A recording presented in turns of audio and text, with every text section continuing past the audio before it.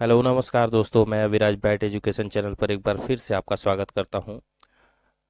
आज मैं आपके लिए बहुत ही महत्वपूर्ण सेशन शुरू करने वाला हूं, जो कि प्रैक्टिस क्लास के रूप में जिन बच्चों के भी एग्ज़ाम अप्रैल में होने वाले हैं उनके लिए मैं ये क्लास लेकर के आया हूं। कुल मिलाकर के 21 क्वेश्चंस हैं और बहुत ही मोस्ट इम्पॉर्टेंट है। ठीक है बच्चों, बीच में गैप हो गई थी क्लास, तो उसके लिए मैं क्षमा चाहूँगा। ठीक है, तो आपको डेली क्लासेस अब मिलेगी सुबह 9 बजे से। ठीक है, तो जो लोग भी चैनल को लाइक और सब्सक्राइब नहीं किए, प्लीज़ लाइक और सब्सक्राइब कर लेंगे, साथ ही साथ बेल आइकन की घंटी को भी प्रेस कर देंगे, क्योंकि ये सेशन आपके लिए बहुत ही महत्वपूर्ण साबित होने वाला है। ठीक है, और टेलीग्राम चैनल को भी ज्वाइन कर लीजिएगा, क्योंकि आपको प्रैक्टिस की जो पीडीएफ आपको प्रोवाइड की जाती है प्रैक्टिस के लिए, वो वहीं पे की जाएगी। ठीक है, तो चलिए आपका समय बचाते हुए देखते हैं क्वेश्चन क्या कहता है।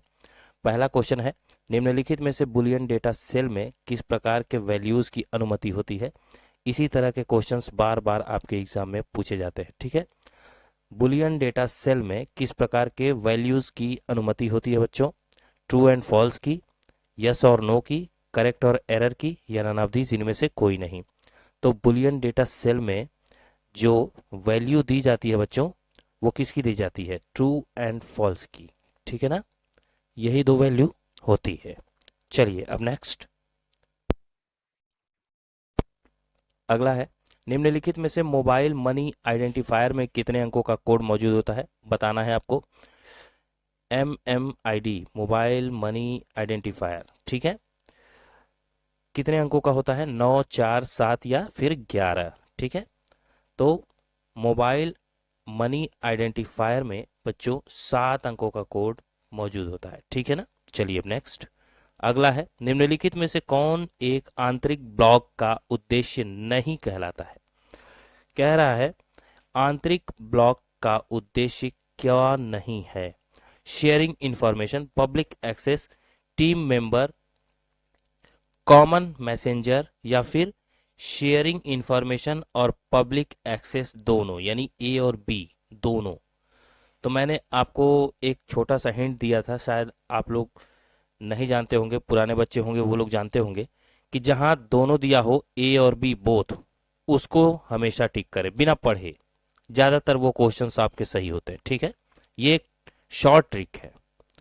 तो चलिए बच्चों, अब नेक्स्ट अगला है, निम्नलिखित में से स्वचालित रूप से सेलों को जोड़ने के लिए किसका उपयोग किया जाता है। अगर सेल को जोड़ना है तो किसका हम यूज करते हैं, एडिशन का, ऑटोसम का, टोटल का, या नन ऑफ दीज, इनमें से कोई नहीं। ये very very most important question है, कैल का क्वेश्चन है, तो आउटो सम का क्वेश्चन है, ये आउटो सम से जोड़ते हैं। ठीक है ना, ये लिब्रे ऑफिस कैल का क्वेश्चन है, सेल को जोड़ने के लिए आउटो सम का यूज हम करते हैं। ठीक है बच्चों, चलिए अब नेक्स्ट अगला है, निम्नलिखित में से किस बैंक ने आधार नंबर वाले प्रथम रुपे एटीएम कार्ड को लॉन्च किया था। आधार नंबर वाले रुपे एटीएम कार्ड को लॉन्च किस बैंक ने किया था बच्चों। आईसीआईसीआई ने, एसबीआई ने, आरबीआई ने, या इनमें से कोई नहीं।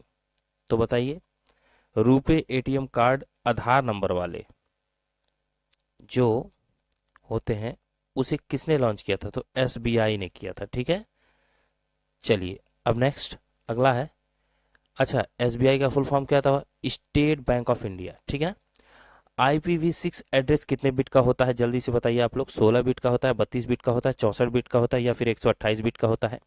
IPv6 कितने बिट का होता है बच्चों, तो 128 बिट का होता है।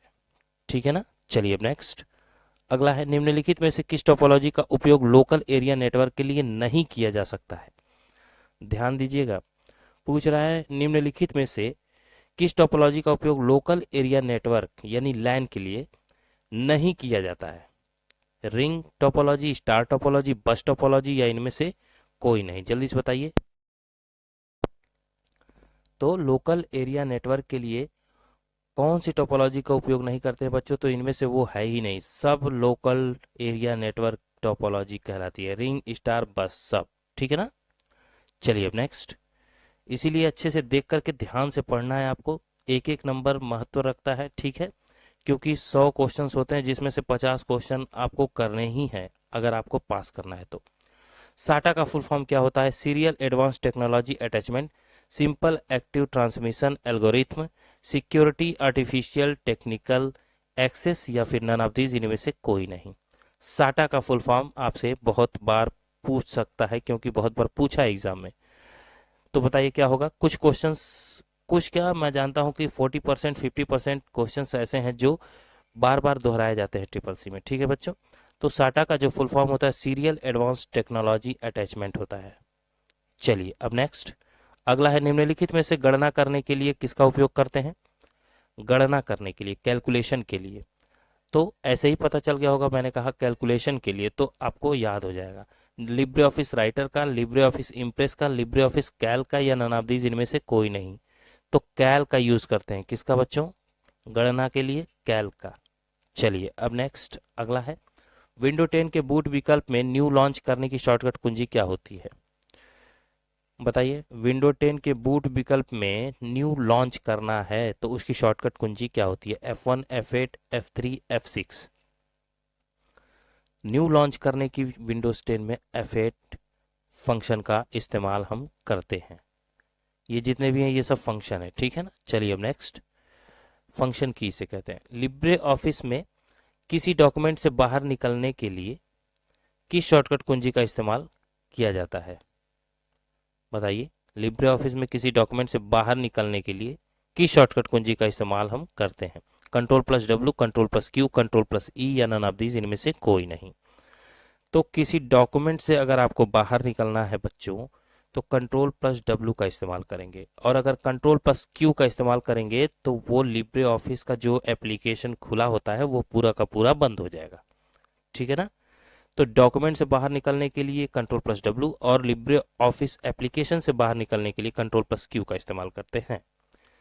ठीक है बच्चों, चलिए अब नेक्स्ट अगला है, लिब्रे ऑफिस राइटर में रूलर इंसर्ट करने की शॉर्टकट कुंजी क्या होती है।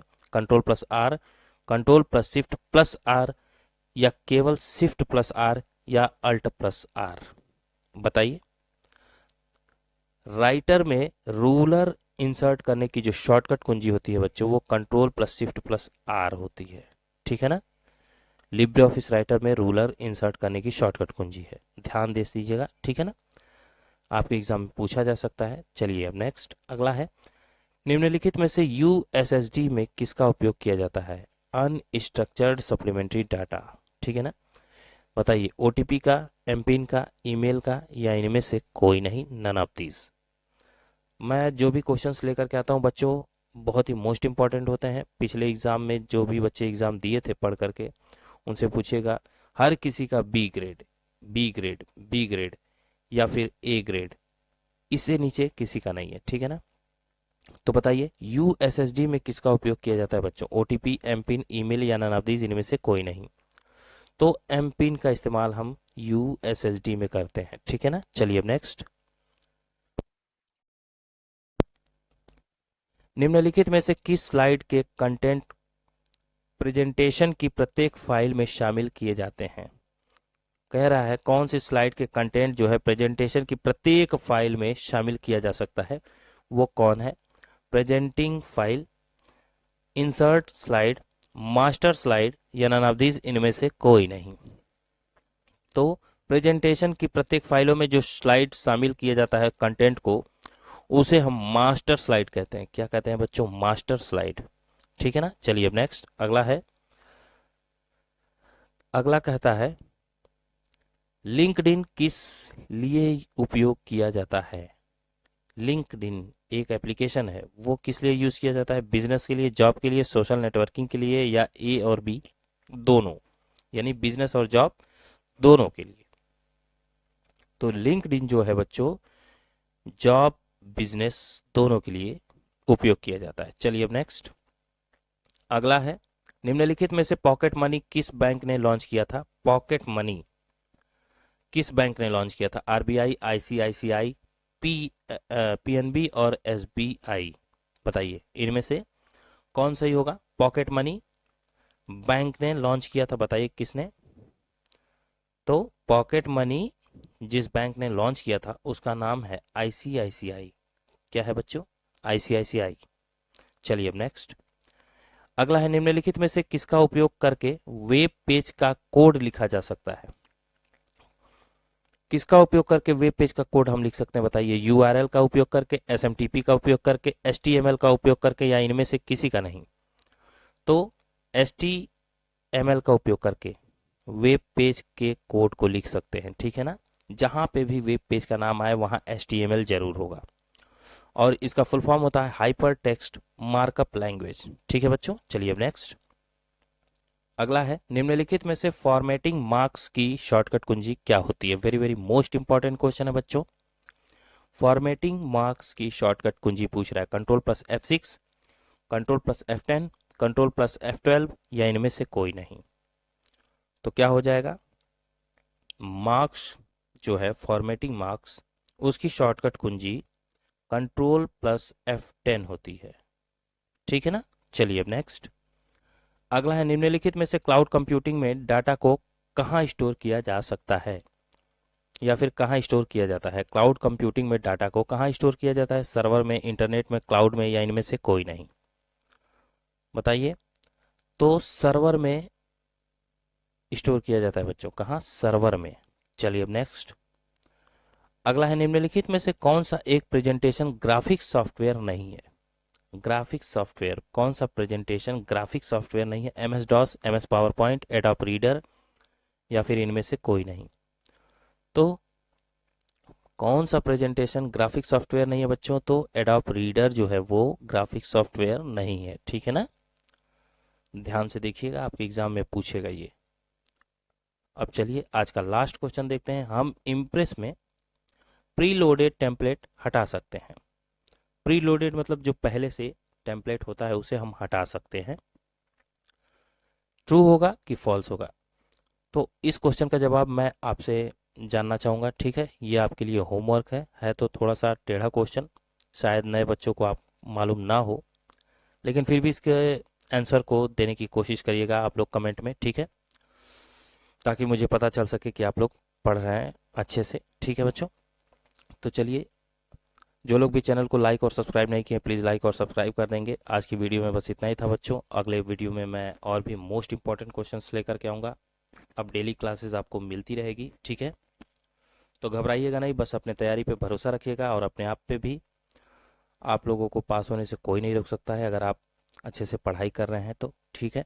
डेली पढ़ाई कीजिए, और आपके एग्ज़ाम बहुत ही नज़दीक आ गए हैं। तो चलिए बच्चों, अब इजाज़त लेने का वक्त हो गया है। मैं अविराज आपसे इजाज़त लेता हूँ, तब तक के लिए जय हिंद, जय भारत।